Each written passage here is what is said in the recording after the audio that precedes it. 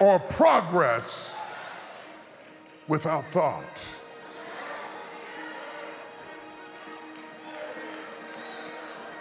So yo, man, what you thinking, dude? Because what you thinking determines how you living. What you thinking determines how you feeling. What you thinking determines how you rolling.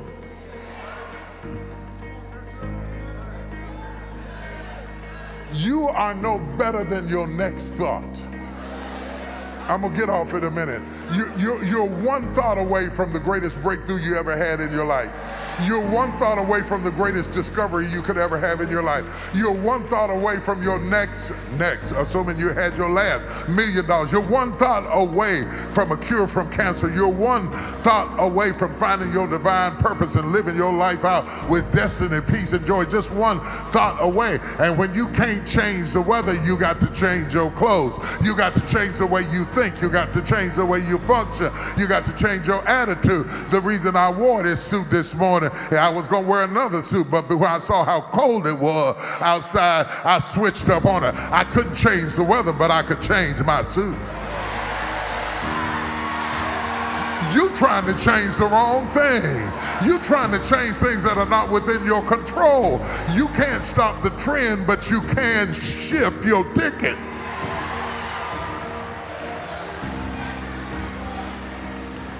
I ain't convinced that going to church alone will not change the world. Worse still, it may not change our own world.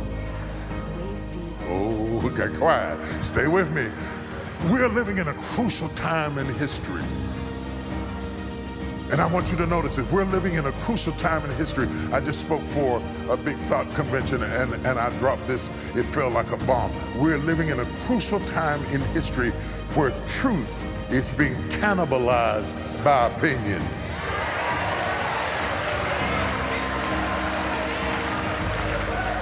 See, science is supposed to be based on facts. Math is based on facts. I don't care what color you are. I don't care what class you are. 2 + 2 will always be 4. I don't land in South Africa and wonder if it's still 4. Facts. But we are so drunk with feelings that everybody's talking about how you feel about a thing. How you feel don't change the facts. 2 + 2 is still gonna be 4, whether you believe it or not, whether you like it or not, whether you look at it or not, whether you embrace it or not, it's still the reality. The truth of the matter is, the more opinion becomes pervasive, the more chaotic the world becomes. And the more chaotic the world becomes, now my theologian hat is on, we are setting ourselves up for the Antichrist. Because we are creating problems that we cannot solve. Because we are creating mechanical beings that are smarter than their makers. See, God never created anything that he couldn't control. He made the winds and the waves, but they still had to obey him. He made man, but when he put him out the garden, he had to go. We are creating things with no mechanisms to control the things that we are creating and foolishly thinking that one day they won't outsmart.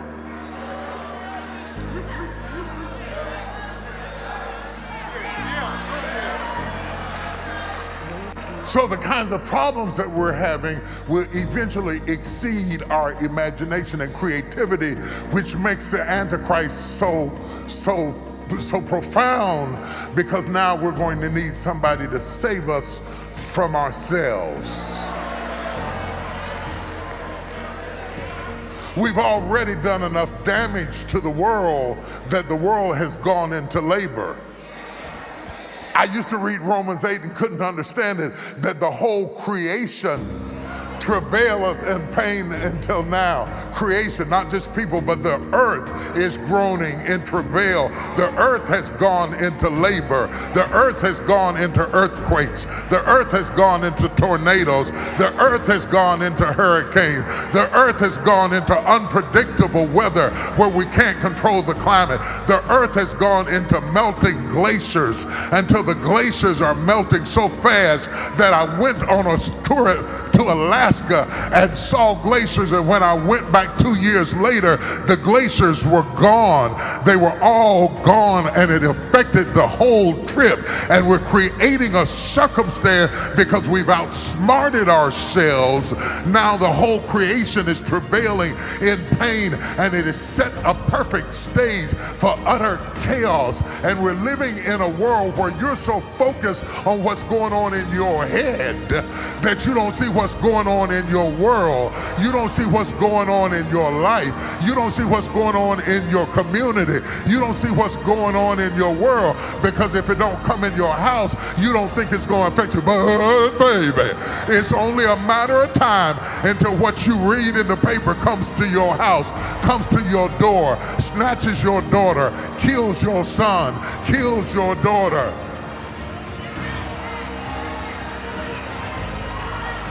I used to not understand the text. Mothers will be against daughters and fathers will be against sons. And because I couldn't imagine it, it's inordinate, it's not natural, it didn't make any sense at the time, because I grew up in an era where family was still family and connection was still connection. I know it's old-fashioned, forgive me, but I do have gray hair. I'm like Paul, and I'm an old man talking to the next generation. I grew up around Sunday dinner tables where the family sat around the dinner table and actually had discussions and talked. I grew around up in a little house where we watched mama make dinner in the kitchen and had conversation. I grew up in a house where we were the dishwasher. We didn't own a dishwasher. She birthed a dishwasher. And I grew up in an environment where the family nucleus was intact. But I lived long enough to listen to women to live in a society where most women have given up on men altogether.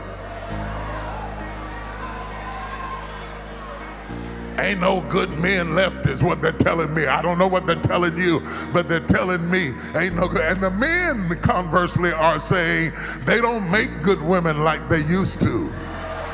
Listen to that. These are the progenitors of the family. If the progenitors of the family don't like each other, then how can the children have self-esteem? No, let me drop it on you again. If daddy don't like mama and mama don't like daddy, and I'm birthed in an atmosphere of hatred and malice and frustration, how can I feel good about me when I am the product of your fight? No, sit right there. I'm coming right where you are. You ain't even gonna have to come up here. You ain't got to run up here. I'm gonna run down there where you are and look you right in the face and tell you you don't have to wait to go to hell when you live in hell.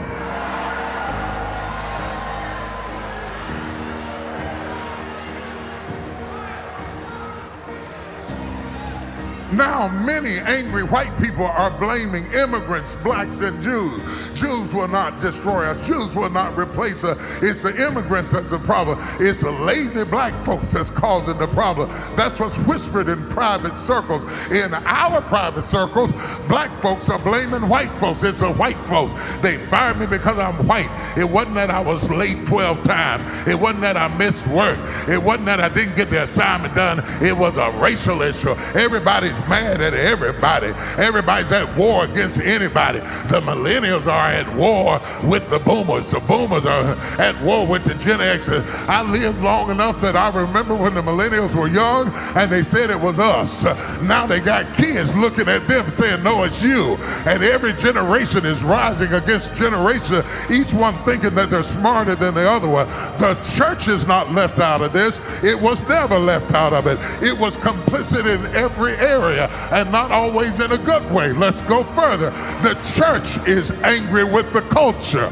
Listen at you in the pulpit, hallelujah, talking about woke. Woke ain't in the Bible. How did this get into our language? How did this get into our theology? How did this get into our doctrine? You preach against Jezebel, but then we marry politicians and become hoes to the system. Come on, stay with me. I'm coming on where you are.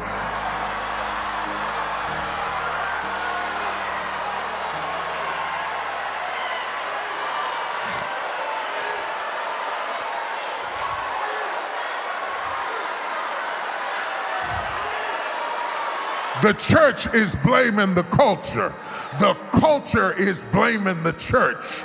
The poor folks are hating on rich folk. It's the top 3% that's causing all the problems. You work for the top 3%. The rich people, on the conversely, don't want to give the poor people health care, don't want to raise minimum wage, don't want to make sure that you have the living that they have, the health care that they enjoy. They're not working on either side to make sure that you have the same benefit. It used to be you could pick a side. Now I can't pick. Now you got to pick a crazy.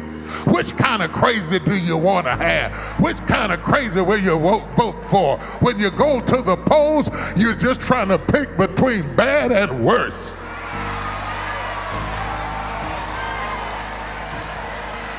Oh, y'all can't put this on Instagram because it's going to be hot in here. It's going to be hot in here today.